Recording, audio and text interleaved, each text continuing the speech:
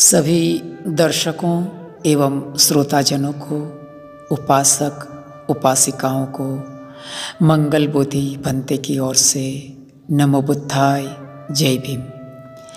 आइए हम आगे बढ़ते हैं अंगुलीमाल की जीवनी की तरफ।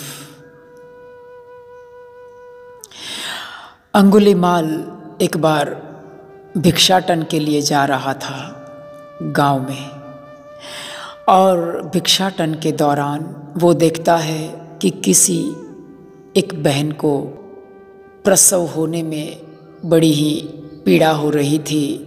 वो दुख के मारे चिल्ला रही थी, रो रही थी। उनका आक्रंद सुनकर अंगुलीमाल विचलित हो जाता है और भगवान बुद्ध के पास जाकर वो ये बात सुनाता है। भगवान बुद्ध उनको, अंगुलीमाल को बड़ी ही विचित्र बात बताते हैं। वो क्या कहते हैं अंगुलीमाल को? भगवान बुद्ध अंगुलीमाल को कहते हैं कि अंगुलीमाल, तुम जाओ उस बहन के पास और उसके पास जाकर तुम कहो कि मैं जब से जन्मा हूँ तब से मैंने जानबूझकर हिंसा नहीं की है। इस मेरे सत्य वचन से तुम्हारा और तुम्हारे गर्भ का कल्याण हो। तेन त्वम अंगुलीमालो, तेन त्वम अंगुलीमालो, येन सा इत्थिम तेनु उपसंकमित्वा एवं वदेहि तम इत्थिम। उनके पास जाकर, उस भगिनी के पास जाकर अंगुलीमाल तुम ऐसा कहो। क्या कहो?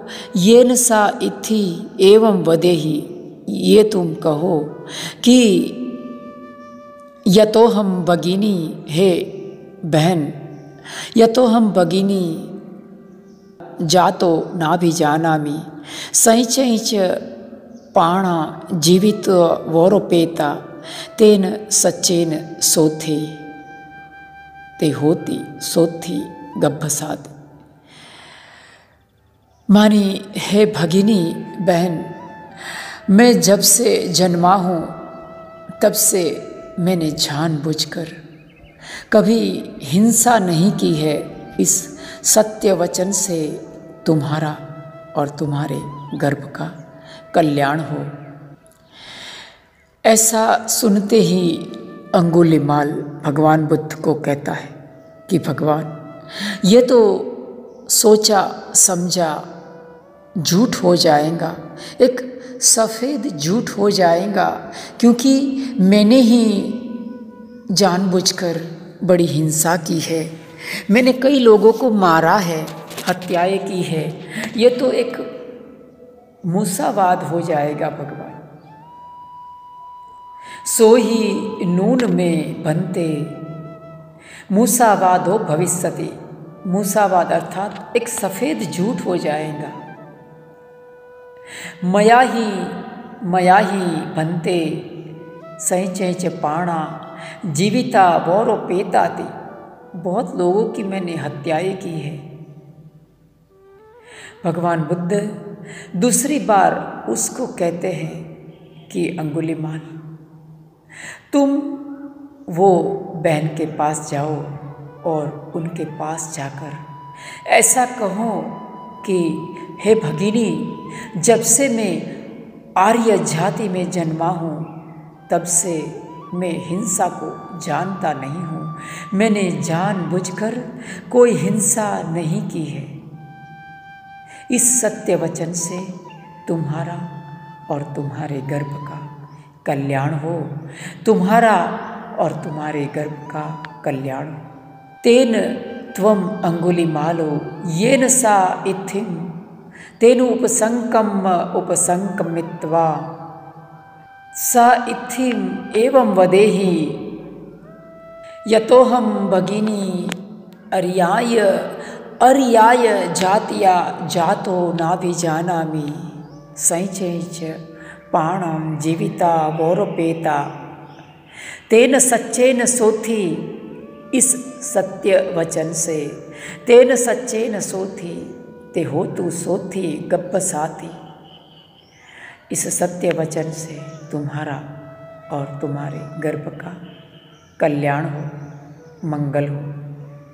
धम्म वाणी के अनुसार कहते हैं कि अंगुलीमाल भगवान की बात सुनकर उस स्त्री के पास जाते हैं और अंगुलीमाल उसको जाकर भगवान बुद्ध ने जैसे जैसे शब्द सुनाए थे वैसा उनको सुनाते हैं कि भगिनी, जब से मैं आर्य जाति में जन्मा हूँ, आर्य जाति का तात्पर्य यहाँ ऐसा है कि जब अंगुलीमाल एक डाकू होता था, जब ही हत्याएं करता था, तब तक वो डाकू था, तब तक वो हिंसाचारी था, तब तक वो बहुत ही भयानक, वो अनार्य था, वो आर्यजन नहीं था। लेकिन जैसे ही वो भगवान बुद्ध के शासन में वो एक भिक्षु बन जाता है, वो हिंसा छोड़कर एक चीवरधारी भिक्षु बन जाता है, तो वो एक आर्यजन बन जाता है। इस मायने से वो एक आर्यजन बन गया। उसने अनार्य में से आर्य में उसका जन्म हो गया, अनार्य जाति में से आर्य जाति में उसका जन्म हो गया। इस मायने से भगवान बुद्ध ने उसको कहा था कि अंगुलीमाल तुम जाओ और उस भगवान को ऐसा कहो कि जब से मैं आर्य जाति में जन्मा हूँ, तब से लेके आज तक मैंने जानबूझकर हिंसा नहीं की है। और अंगुलीमाल बराबर वैसी ही बात उस भगिनी को, उस बहन को जाकर सुनाता है और कहते हैं उसका और उसके गर्भ का कल्याण होता है।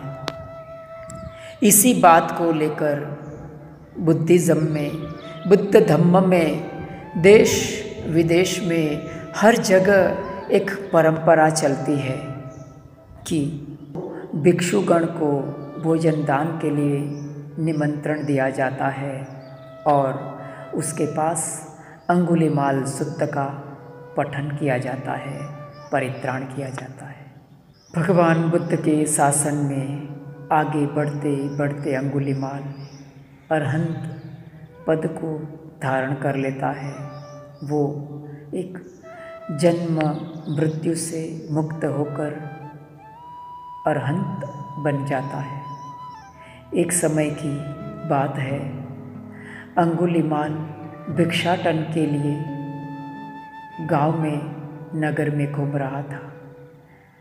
लोग, कुछ युवान उनके तरफ देखते हैं और उनको अंगुलीमाल में उनका भूतकाल दिखाई देता है।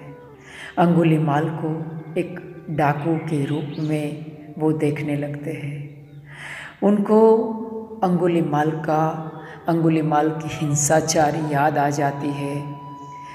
वो सोचते हैं कि यही वो दस्यु, यही वो डाकू, यही वो चोर लुटारा हिंसाचारी आदमी है जिसने मेरी माता को मारा था, मेरे पिता को मारा था, मेरे भाई की हत्या की थी।